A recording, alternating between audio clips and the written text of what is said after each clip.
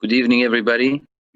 It's a pleasure that Rabbi Knopf, the Rabbi of Beth Ora, is joining Kol Torah Mitzion and giving this special series of shiurim in the memory of Rabbi Sacks. So it's a great pleasure to have you, Rabbi Knopf. I wanted to thank you on behalf of Kol Torah Mitzion, on behalf of the entire community. Thank you very much for offering to teach. And again, it's a pleasure. So Baruch Hashem, I'm sure everybody will enjoy and learn. So Rabbi Knopf, bechavod. Thank you very much. It's a pleasure. I think I have the ability to share screen. Is that right, Rabbi? I do. Okay, I don't want to do it yet, but I wanted to have the ability. Thank you very much. It's great to see you all, or to see lots of names and some faces as well. I'm really grateful that you are joining us this evening. I think the reason why you're here is because in some way Rabbi Sacks touched you. You may never have met him. You might not even have ever seen him. Some of you may have had the privilege of doing so, but Rabbi Sacks meant a lot of things to a lot of different people. And what we're going to focus on this evening and through this course is a particular sphere of Rabbi Sacks's influence. Some people were mesmerized by his speaking. Other people were really interested in his political contributions. But Rabbi Sacks also had a very deep insight into what in Judaism we call midot, character traits, things like compassion, humility, loving kindness. And he had an understanding of what these things meant in Judaism, of how, based on a really deep and broad knowledge of Torah, you can develop a way of looking at the world and a way of understanding these values of appreciation and gratitude, and of course, values of trust and faith in Hashem. And some of you will have noticed that. Some of you might have understood from hearing Rabbi Sacks that we're actually hearing some really interesting ideas here, which are not just fascinating, but actually touch our lives and the way in which we think about everyday issues. Those of you who saw Rabbi Sacks maybe more close up, even if it was possibly just on one occasion, may have noticed that he wasn't simply a person, though, who was a philosopher. He wasn't simply a person who was a great thinker, who had wonderful insights into the Jewish approach to life. He was a powerful neshama. He was a very strongly spiritual personality. And I'll tell you a little bit about, just briefly in a few moments, about my familiarity and relationship with him. But it became very clear to me that this was a person who not only had understood incredibly important ideas about Torah, but had managed to internalize them. He felt them in the very core of his being. And that is very important, because we can understand ideas and we can talk about important Jewish ideas, but if they remain in our head and they don't come into our hearts, then we haven't really absorbed them. And another thing, the final of these three areas, I would say, the first, Rabbi Sacks' thought, the second, his spiritual experience, the third one was the way in which he lived his life. And particularly over these last weeks, the last couple of months, as people have come to talk about their experience with him, it's become more clear to me than ever that this was a person who not only understood deep ideas, not only felt those ideas, but actually worked very hard to live them. How do you study Torah and develop an understanding of what it means to be a kind person, what it means to be a humble person? Internalize that into your way of being, and then actually allow it to influence the way you live. And it's very clear to me that this is a person who really excelled in all of these areas. And we have he's been taken from us, and this is a great tragedy for us, and much has been said about that. It's very interesting that the Gemara says that when a righteous person dies, so it brings atonement for the generation. It's a good thing. It helps the generation become better. But the Gemara in Sanhedrin somewhere else says that if a righteous person dies, then you know that the world is terrible, it's really bad. So there seems to be a contradiction. Is it a sign that the world is doing well, or is it a sign that the world is doing badly? And the Shloah HaKadosh, one of the great Kabbalists of the early 18th century, said it all depends on the generation. It depends how that generation responds. If the generation takes stock and says, 1 second, someone who made an impression on us has now passed on. What can we learn from that person's life? And not only learn it, but what could we take from those teachings and from that life and that example to bring it into our own life and to start to live in a bit of a different way, to try to create a world which reflects some of the greatness of that person. If the world does that, if those who are left behind do that, the Shloah HaKadosh explains, then it will bring atonement for the generation. Then the world will become better, even though it has lost such a special person. But if people just say, oh, it's such a shame that person's not here, and then they carry on their lives exactly as usual, without really reflecting on what that person meant, without really reflecting on what they could learn, then it's a sign that the generation is terrible. We've lost Rabbi Sacks, and Rabbi Sacks's teachings and his influence and his passion will be lost to us. And so it's really in the hands of our generation now, and each of us can do our bit to try to learn a little bit about what this person stood for and how we can try and bring it into our own lives. And that's the purpose of the course which we're going to be doing. Just want to say very briefly, in terms of my own background, I am, of course, as the rabbi mentioned, the rabbi of Congregation Beth Orah. For many years, I've been learning and teaching approaches to Torah which really try to identify what are the ideas within Torah which make a difference to the way we live our lives. How does Torah say something which is new, where we can look at something, whether in the news, but even in our own lives, and say that because I've learned the Torah, I have a particular perspective, I have a wisdom with which I can confront an issue in my life, a challenge that I have, or I know how to help this other person in the best way because I've learned something from Torah, which has given me that understanding. And it's become clear to me through learning that the Torah has the most incredible ideas, and that if we only learn these ideas and try to work to bring them into our being, then we actually become transformed. We find over time that we become better people, and our behavior is such that we actually can make the world better. And this is my quest. This is my quest within Torah, within Judaism, within my rabbinate. And I was greatly privileged to have a relationship with this person who, as I've said, excelled so incredibly in this area. I was, some people here who are from Beth Orah already heard the story that I told about Rabbi Sacks's life and how it intersected with mine. But just briefly, I had many personal, private conversations with him, and I had the privilege to work in the British United Synagogue under his leadership from 2007 to 2013. And over that time, I developed something of a relationship. And the last few weeks, as has been for many of us, has been a time of a lot of reflection for me as to how I can, not just as a rabbi, but also as an individual, really take stock of the ideas which Rabbi Sacks stood for and try to grow through them and bring them into my life. And so it's a great privilege to be sharing that with you this evening. Over the course of this course, these few weeks, we will be looking at character traits such as humility, gratitude, faith, loving kindness, all of these words in English, but when you look at them in the Hebrew, not just the word, but the concept and how they appear within the Torah, they all have a particular framing, a particular understanding and meaning.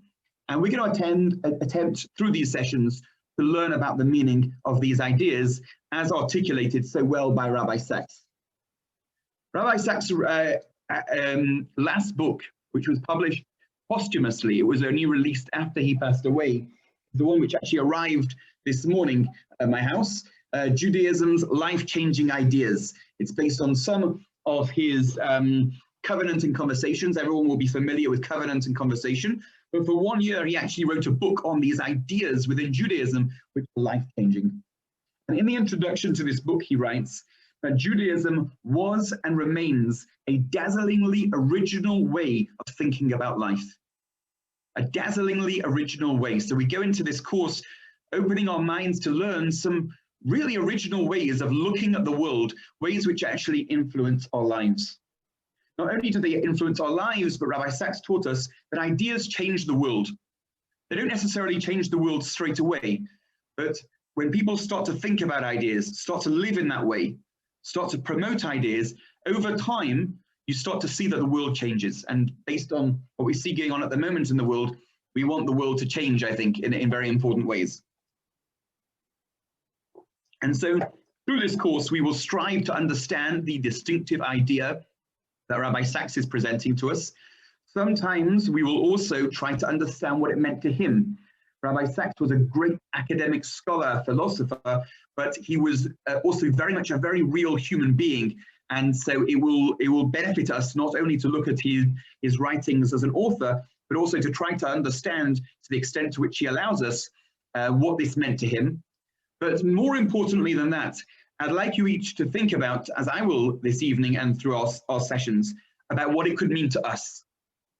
This, I would invite you, everyone's welcome to be here, but I would invite you to treat this not merely as an academic course, as something just to learn something, to learn some knowledge, to be a bit more knowledgeable than before, but actually to think about how this could actually influence my life. If I started to live by this idea, how could that make my life better? How could that help me to improve? How could that change the world around me a little bit? As Rabbi Sacks writes in that same introduction to the book, some ideas really are life-changing. If we change the way we think, we can change the way we feel, which changes the way we act, which changes the person we become. Ideas change lives, and great ideas help us to courage, to happiness, and to lives filled with blessing. So my prayer is that through what we learn through this course, we will be able to gain those lives filled with blessing. It's not always easy to live by the ideas that we learn about. And to refer once again to the same introduction, Rabbi Sacks gives the example of the American Declaration of Independence. We are all familiar with the phrase from that Declaration of Independence: "We hold these truths to be self-evident, that all men are created equal, that they are endowed by their Creator with certain unalienable rights, that among these are life, liberty, and the pursuit of happiness." Beautiful, wonderful ideas. And yet, who was one of the people who drafted that Declaration of Independence? Thomas Jefferson. Thomas Jefferson was a slave owner. So clearly he hadn't internalized the idea that everyone is entitled to life, liberty, and the pursuit of happiness. He didn't think that his slaves should have liberty. And this shows that sometimes we give lip service to these ideas, but what does it mean if we can really try to bring them into our lives? A few of you know that in February, this last February, I was privileged to visit Rabbi Sacks in his home, which is an opportunity I was very grateful for, and especially in retrospect. And I won't go into great detail about the discussion that I had with him there, but at one point he told me about a movie that some of you may have seen, the movie A Beautiful Day in the Neighborhood, which is a movie about Fred Rogers, who's more familiar to probably you than he is to me or to Rabbi Sacks. But Rabbi Sacks points out, they call Fred Rogers, as for those of you who are not familiar, probably no one, it was this wonderful television host who did these programs for children and was able to bring out the best in people and was such a righteous person.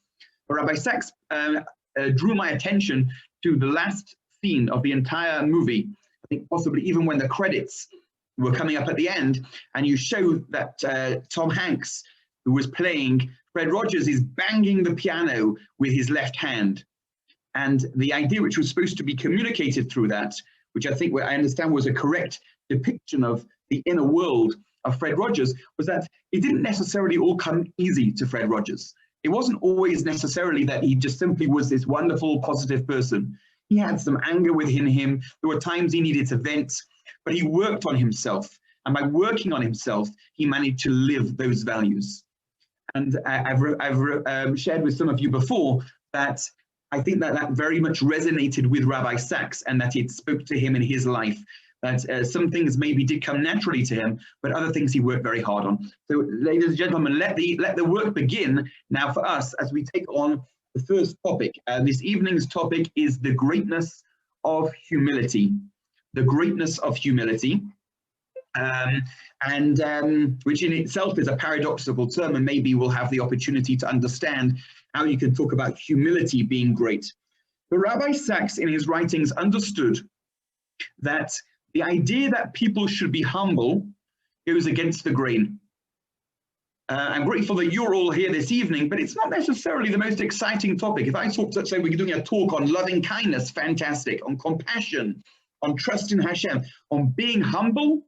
And Rabbi Sacks understood that this was not a very fashionable character trait nowadays. He wrote about personalized number plates. I don't know if I've seen any personalized number plates. I don't know if you have them here, but number plates where people could have their name or their nickname on their instead of their registration number, which you can have in England and some other places, but also designer labels, the whole celebrity culture where everything we read about celebrities is displayed for all to see in the most ostentatious way. We are, he pointed out, living in the generation of the selfie. There's nothing wrong with taking a selfie. Sometimes it can be quite useful, but the generation of people who are constantly taking selfies, who become obsessed with the self, that really is the image. The image of the selfie is really what represents the ethos of the age. Put myself out there. I want to see myself in a photograph. And of course, the Facebook profile. Facebook can be very useful, can be very positive. But think about, for those of you who are on it or familiar with it, so much about Facebook is people projecting themselves. And sometimes they may be doing it with the best and with valid intentions, but so often it's about people wanting the world to see them, see me, see my life. I've made this in a particular way to make people think that I'm really impressive and everything. And now the world must look. This is a generation in which we come onto the scene and look at the Torah, and the Torah gives us a message of humility, of don't think so much of yourself all the time. Stop seeing yourself as the center of the whole world. There's a great world out there, and there's a Hashem above you, and you're just thinking all the time about making yourself big. Rabbi Sacks also, he actually once got into trouble a little bit for this because it was thought that maybe he was having a jab at Steve Jobs, which he said was not his intention. But he talked about the iPod and the iPad and the iPhone, we can add the iTouch and the iMac. It's not a coincidence that so many of the gadgets that we have in this generation begin with the sound I. There's a reason for this, that these names were designed in order to appeal to something about the modern condition. Those who gave it the names had the awareness that people out there are interested in the I, and therefore the names of these gadgets which have transformed our world have been designated with that title and with that notion.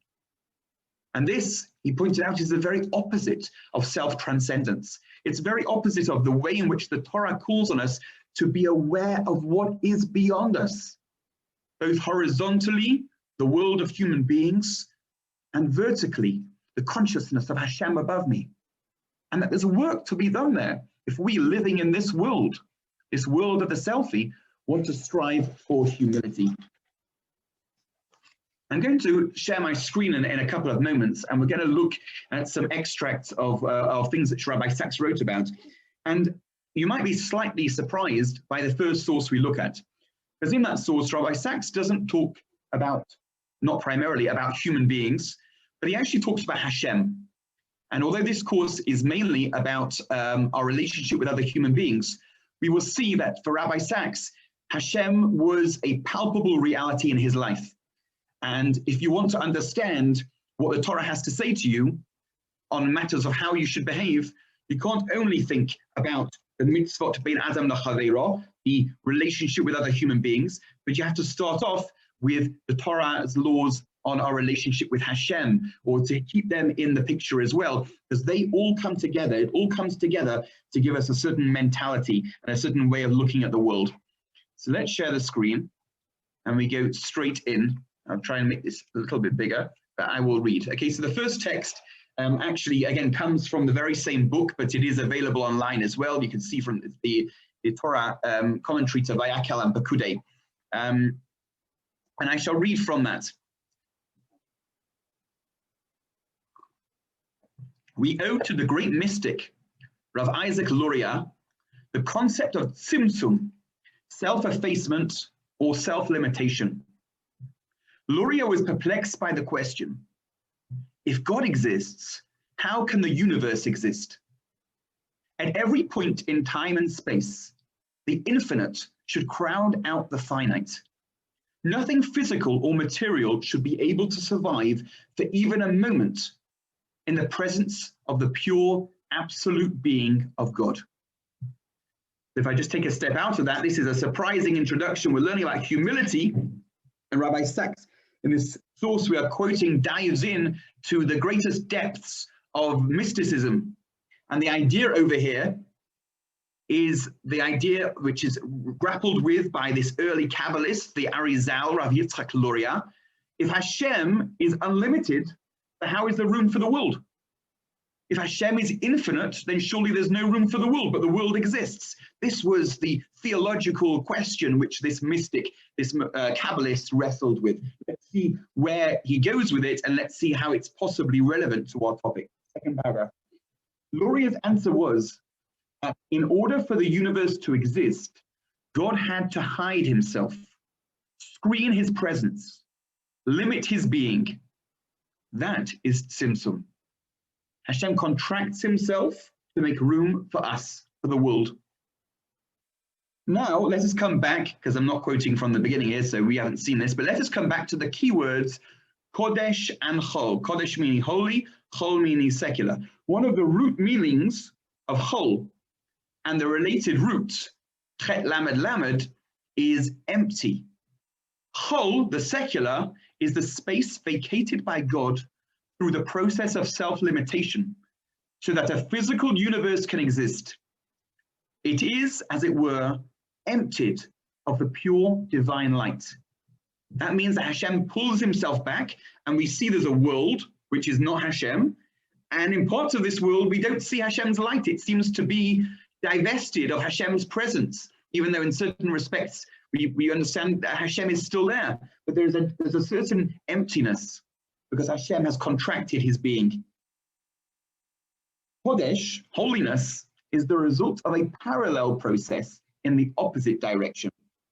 It is the space vacated by us so that God's presence can be felt in our midst. It is the result of our own tzimtzum.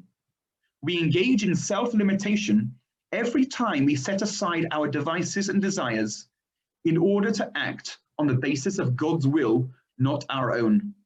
Listen to this idea which Rabbi Sacks is presenting. Rabbi Sacks is saying we have an idea in Kabbalah in which God contracts and he holds himself back to make room for us. He says we, correspondingly, must sometimes hold ourselves back and make way for Hashem. There's something that I want to do. I want to drive in the car on Shabbat. I want to eat pork. I want to wear wool and linen together. There are certain laws, things which I might want to do.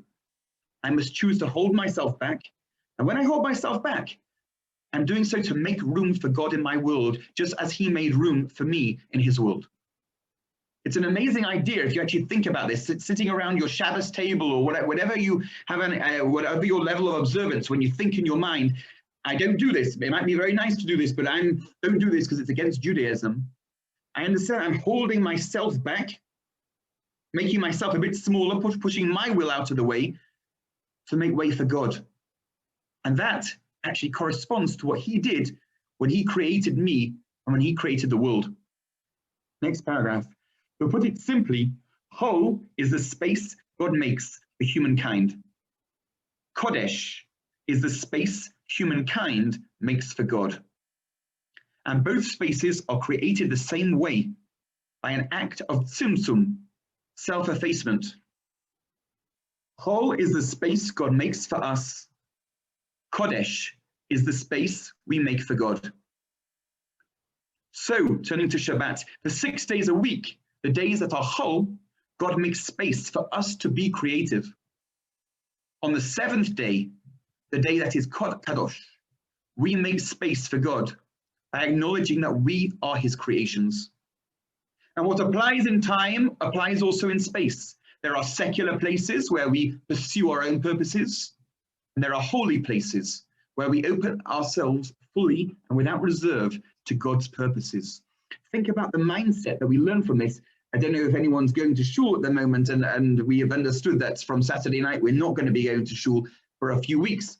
But think of this mindset when you walk into the synagogue. This is a holy place. This isn't so much my place, it's Hashem's place. I have to be conscious that this is a place where I have to hold myself back.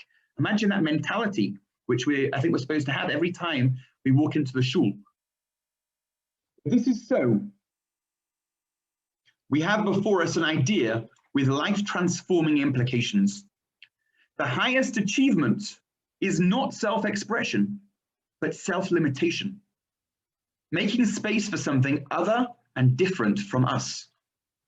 And then, having said that really important idea, which I'll just reference again, that the greatest achievement we can have is not to express ourselves, but to hold ourselves back. The whole world's after self-expression. I want to express myself. I want to give myself. I want to promote myself. But the real hero is the person who can hold him or herself back. And then Rabbi Sacks, just at the end, invites us to think about what happens if we take this idea, which is in our world on Shabbos and in our world in Shul or in Yerushalayim, in Israel, in holy places, on holy times, and take that idea and bring it into our lives, the idea of self-limitation. The happiest marriages, he says, are those in which each spouse makes space for the other to be his or herself. Great parents make space for their children. Great leaders make space for their followers. Great teachers make space for their pupils. They are there when needed, but they don't crush or inhibit or try to dominate. They practice tzimtzum, self-limitation, so that others have the space to grow.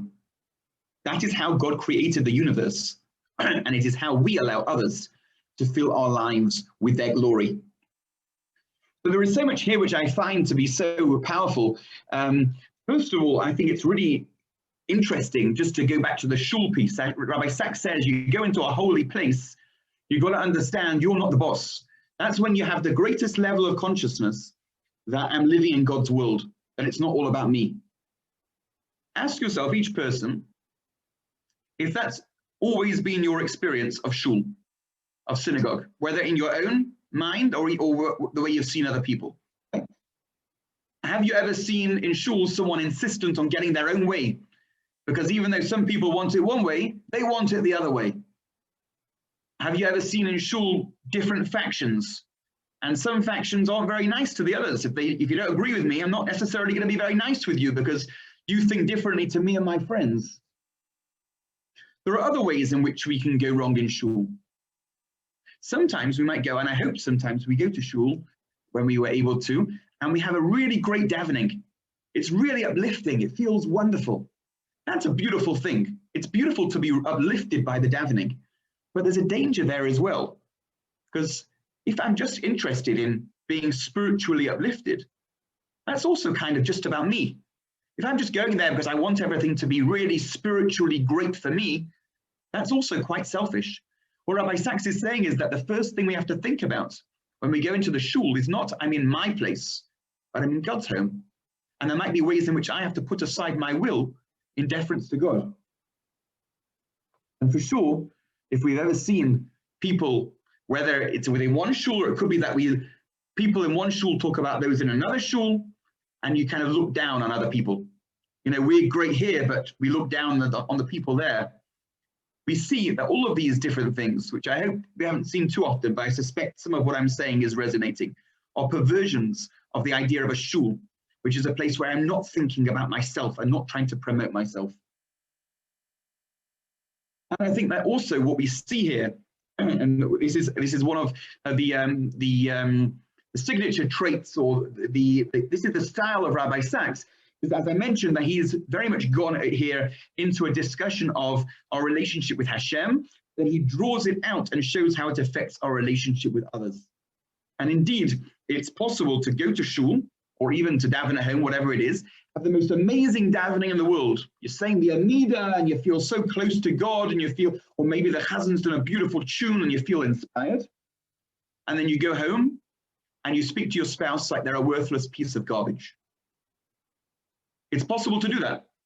It's possible to do that. It's possible to go to shul and say, wow, it's amazing, so spiritual, so close to God, and then behave in a way which is totally inconsistent with that. And what Rabbi Sacks is calling on us, amongst other things in this source, is understand how these things come together. When you're a person who has a sense that Hashem is in the world and it's not all about you, if you really believe that and internalize that, that will affect the way you treat other human beings as well, because you understand that it's not all about you. And that is the very deep, mystical introduction to Rabbi Sacks' thought on this topic. I want to just go to a much shorter extract here from elsewhere in the same book, which just talks about and helps us, because again, if we are on the mission this evening of trying to learn something we can bring into our lives, and I would say particularly, I would ask people to listen, the title of this is listen, to this next section, and ask ourselves, is there a space in my life where I can bring in this teaching? So the title of this second text is Listen, Really Listen. Listening to another human being takes courage, because to listen is to make myself vulnerable.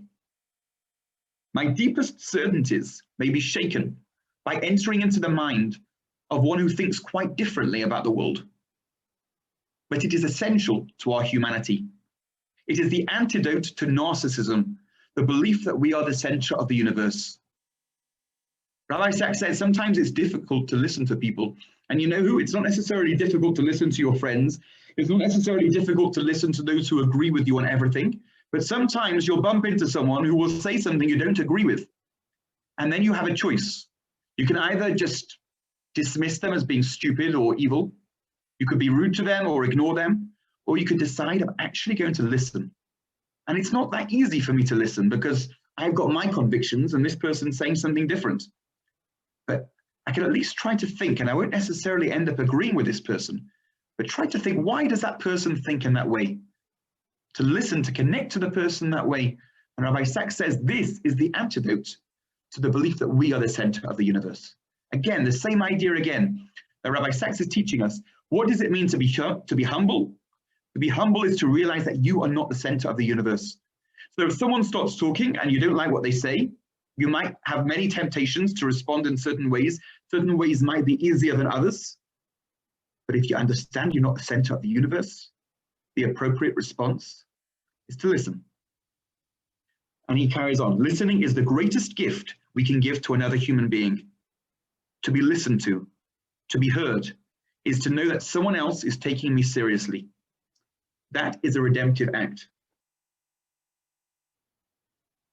Perhaps we can each think about that in our own lives. There may have been times when someone listened to us and we felt really valued.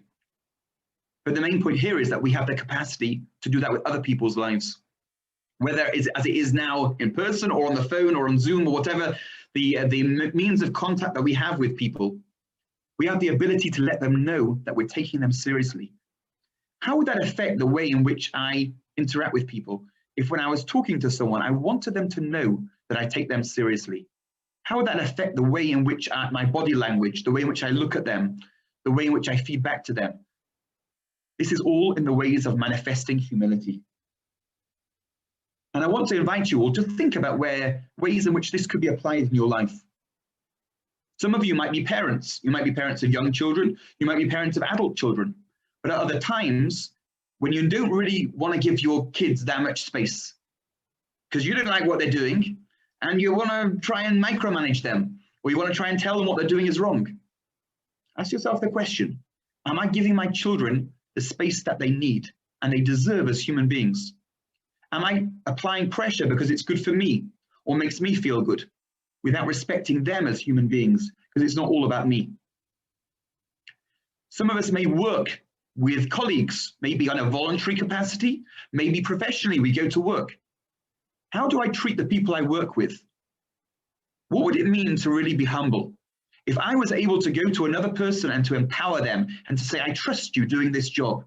Maybe I could do it myself, but I trust you to do it.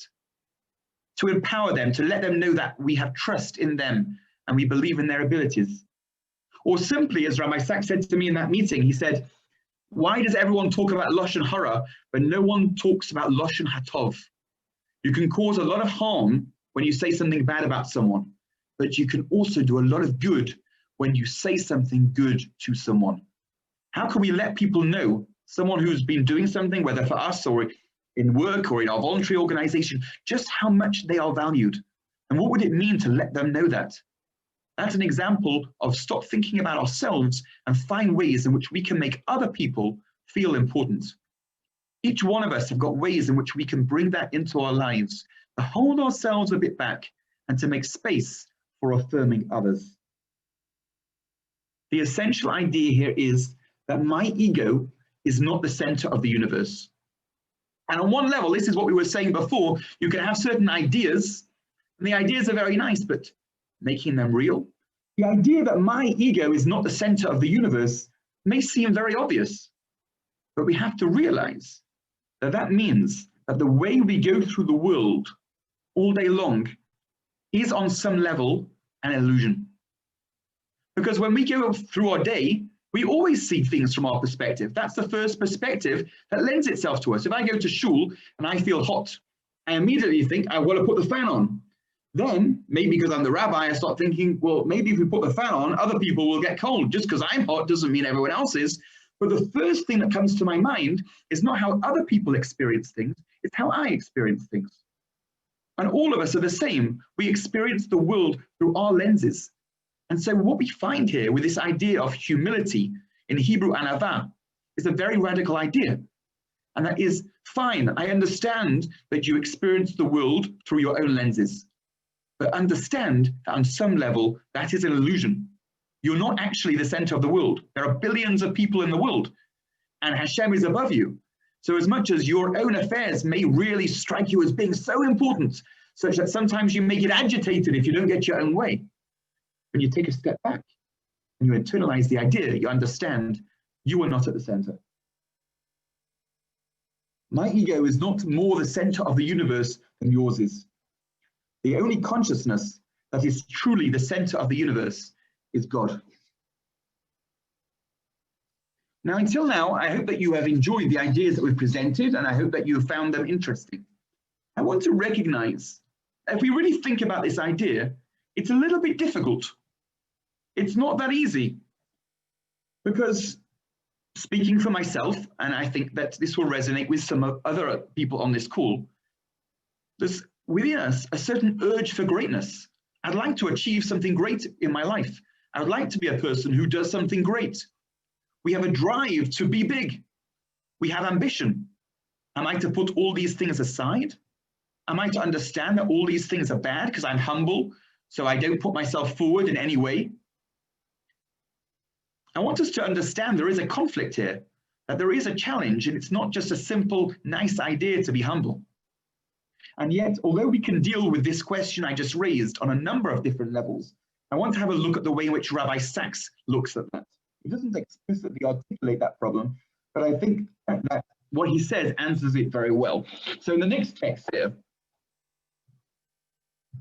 when she wrote for a website, ABC, Religion and Ethics, what opens us to the world on the unfashionable virtue of humility, he writes it as follows. And again, I think we should read this bearing in mind my question. Do we really need to make ourselves so small that we think that we have to be humble? Should we not strive to be great? And here Rabbi Sacks answers, true virtue never needs to advertise itself. Time and again, when conducting a funeral or visiting mourners, I discover that the deceased had led a life of generosity and kindness unknown to even close relatives. I came to the conclusion, one I never dreamed of before I was given this window into private worlds, that the vast majority of saintly or generous acts are done quietly, with no desire for public recognition. That is humility, and what a glorious revelation it is of the human spirit. These are beautiful words, and again, we've all been to funerals. Probably we've certainly visited mourners. Maybe some of this resonates. When you hear about things that a person did, or you hear from the family that they're finding out now at the Shiva, that the things a person did that they never even knew about because the person kept them so quiet. And it's here that we arrive at the title of this evening session, the greatness of humility. Rabbi Sacks' point is that if you show off to the world and you let everyone know what you're doing and everyone know what you think and everyone know how perfect you are, it's fake. If you keep secret what you do, you strive to do good things, but you don't advertise it. It's that which is real greatness. That is the greatness that we achieve. As indeed the Gemara says, that you find the greatness of Hashem where you find his humility. Greatness is humility, the ability not to have to show off, to do good privately and quietly, not to self-advertise, is human greatness. And this, Rabbi Sacks explains, changes lives, and I would like to read from this book, which is Celebrating Life. Beautiful little book, and part of what I'm about to read is on your screens, but part of it isn't. So I'm going to read to you, and then we'll look to the screen, okay?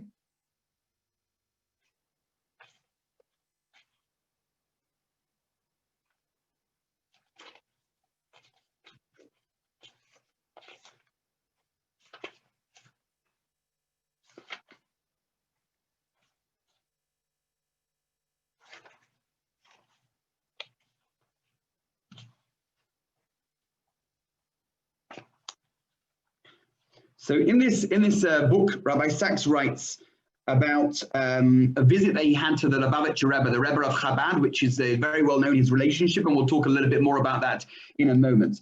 So what I want to highlight is something which most of you probably haven't heard this story. He said that as he sat waiting to see the Rebbe, he began talking to some of his followers. And among other things, they told him this story. Someone had written to the Rebbe in a state of deep depression. The letter went something like this, and I invite you now to look back to your screens, text number 4. I would like the Rebbe's help. I wake up each day sad and apprehensive. I can't concentrate. I find it hard to pray. I keep the commandments, but I find no spiritual satisfaction. I go to the synagogue, but I feel alone. I begin to wonder what life is about. I need help.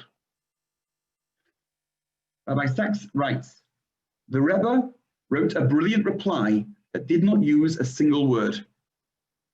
All he did was this. He circled the first word of every sentence and sent the letter back. The disciple understood. The Rebbe had answered his question and set him on the path to recovery. The ringed word was I.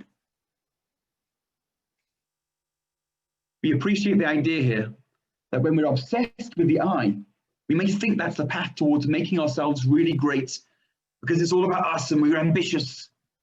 But in reality, when you become absorbed in yourself, it's the path to sadness.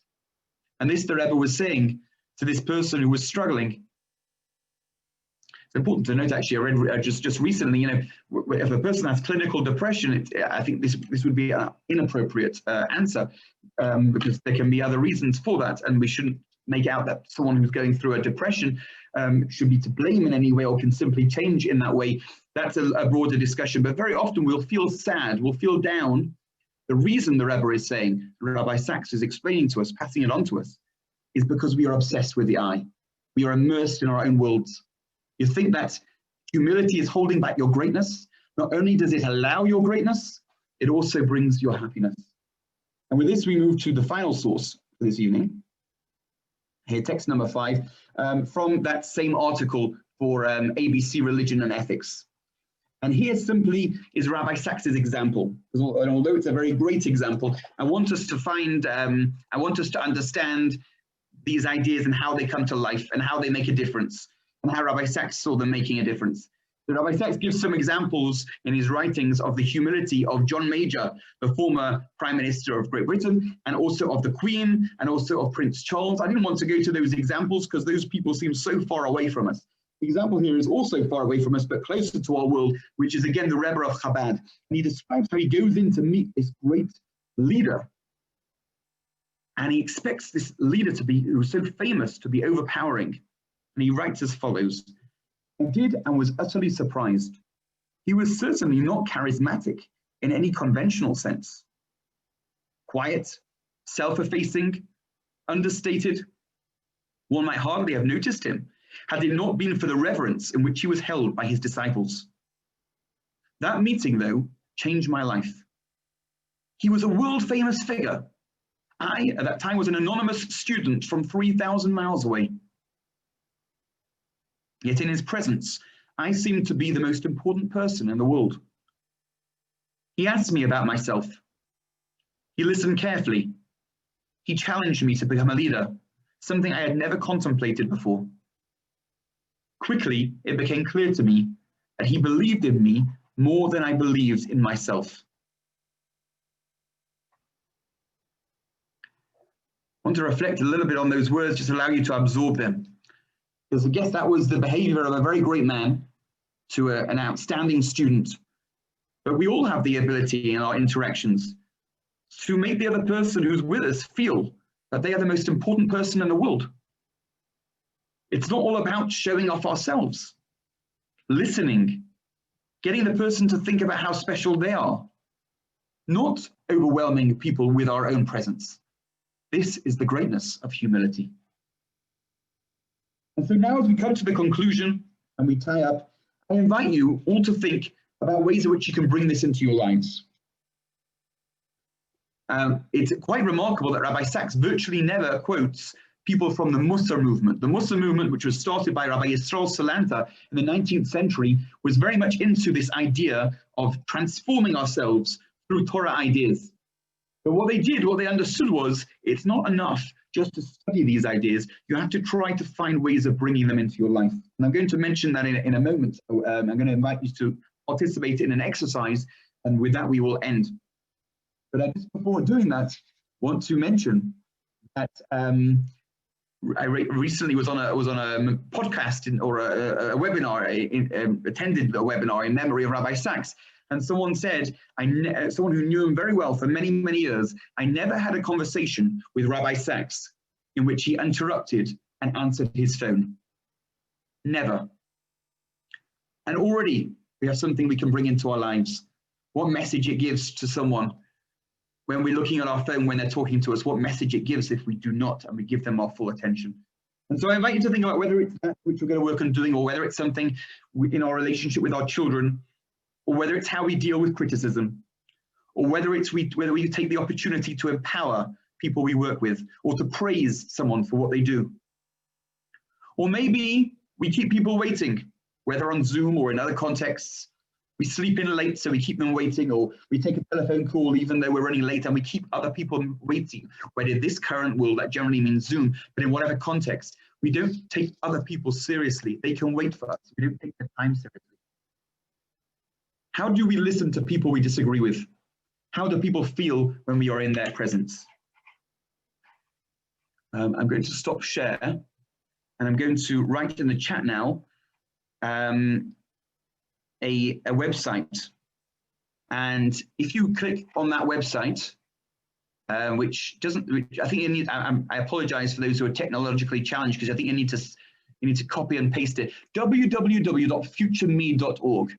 I don't know why it doesn't give you the link that you can go there. I'll have to work on that for next week. What that will do, if you can put into your browser www.futureme.org, is it will take you to a website which is so easy to use, even I can use it. And that website gives you the ability to send an email to the future you. Nobody else will see this email other than you.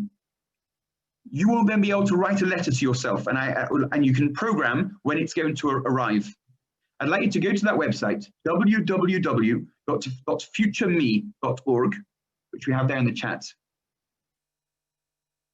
and write yourself an email, scheduled to arrive, I suggest, in 1 week from now. If you want, you could do it 1 month from now. Write an email to yourself. You will be the only one who sees this. And challenge yourself. Write to yourself and say, I hope when you next read this email, you will find that you have been able to make other people in your presence feel important. Or when you next read this email, you will find that you have been giving more space to your children to allow them to be themselves. Or when we next read this email, you will be able to reflect back and say that you have not been keeping people waiting. Whatever it is that you think you can do to be more humble, write to yourself. And to be clear, this email will come to you, will be seen by no one else. And I would like you to program it to come in a week, or if you like, a month. And I hope that therefore that will be a way in which we can keep ourselves accountable in what we actually work on, as I myself will be working on, going out on this lecture to try to bring humility into our lives. So I'm going to give you just 5 minutes now to do that, and I also will do it at the same time. And I just want to say just a few words of conclusion before we do that. We're not perfect, but each of us has a choice, each moment, to choose the path in which we direct ourselves. No one's going to walk out of this perfect. That's not how the world works. But the question is, can we take Rabbi Sacks' beautiful teachings and legacy and allow them to empower us to walk in the correct path? So with that, I invite you all to go to www.futureme.org.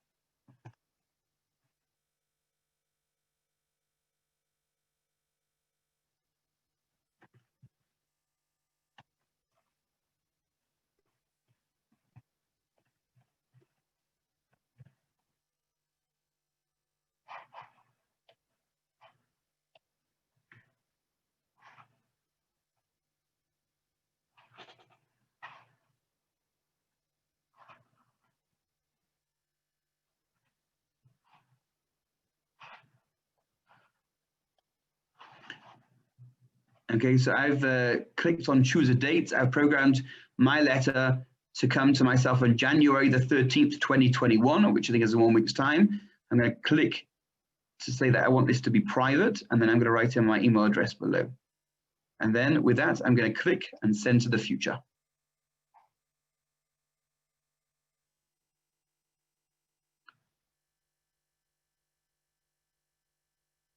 Someone asked if it's possible to receive a copy of my notes by email. I can send that. If you email me, I'll put my email in the chat. But I do know that the Kollel has recorded this, and it's going to be on the YouTube channel. I just put my email address in the chat, so you can feel free to email me. Obviously, you're able to stay and write your email to yourself at your leisure. I will let everyone go now, just to say that next week we're going to be talking about gratitude, and this was a major idea in Rabbi Sacks' life. We're going to actually tell some really interesting stories about his life and where that came up in his life, the idea of gratitude and how it made a difference, but also the teachings that he gave us on that, and how that can make such a difference to all of our lives. So I invite you to join me and spread the word, invite your friends and so on, and join me same time, same place next week. And until then, I wish you well, and then every success in bringing some of these teachings into our life. Rabbi. Thank you, Rabbi Knopf. Pleasure. Thank you. Pleasure. Rabbi, I have a question. Okay, yeah, sure. I can take questions. Yeah. Yeah. There is a question. Why, when God created Adam, he created him alone? The answer is so he can say, for me, the world was created. Is it a humble way? Wonderful question. Yeah, that's if Adam was created, the Mishnah says that you can see that he himself was created. The world was created for me. So if the world's created for me, so is that a humble way of going around about the world? It's true. One has to understand the place in our minds and our lives for the attitude of the world was created for me. In fact, Rabbi Simcha, it was Rabbi Simcha Bunim of Pshischa, great Hasidic thinker, who said that one should walk around with a note in his left pocket or her left pocket saying, Anochi afar ve'efer, I am dust and ashes. And in the other pocket it should say, Bishvili nivra ha'olam, the world was created for me. And one always has to know when to apply each one. The idea of the world was created for me is that I have a responsibility, that there's something that I can do that no one else can do. That Hashem created me because he understands that there's something I can bring to this world that no one else can. And therefore what I can bring to this world is of value. Now, if I go around and think that because I have this gift and this ability to bring something to the world, then I'm the center of the world. And then I have to get my own way. Then everyone has to give me public recognition. That my view matters more than anyone else's. Then I've lost my humility. But if I go around with an understanding that Hashem has given me a gift and an opportunity to make a difference to the world, then that gives me the sense of responsibility and I work hard to apply my gift, then that is not arrogance. So another way of saying that is that to be humble doesn't mean to think that you're worthless. We should know our self-worth. We should know our talents. But to be humble means not to think that you are the center of the universe. And that one must remember, even as much as they remember the great talents and abilities that they have to change the world. Thank you. Wonderful answer. Thank you very much. Thank you. My pleasure. Okay, I wish you all a good evening, and please God, we'll see you next week. Thank Thank you, you. Rabbi Knopf. My pleasure.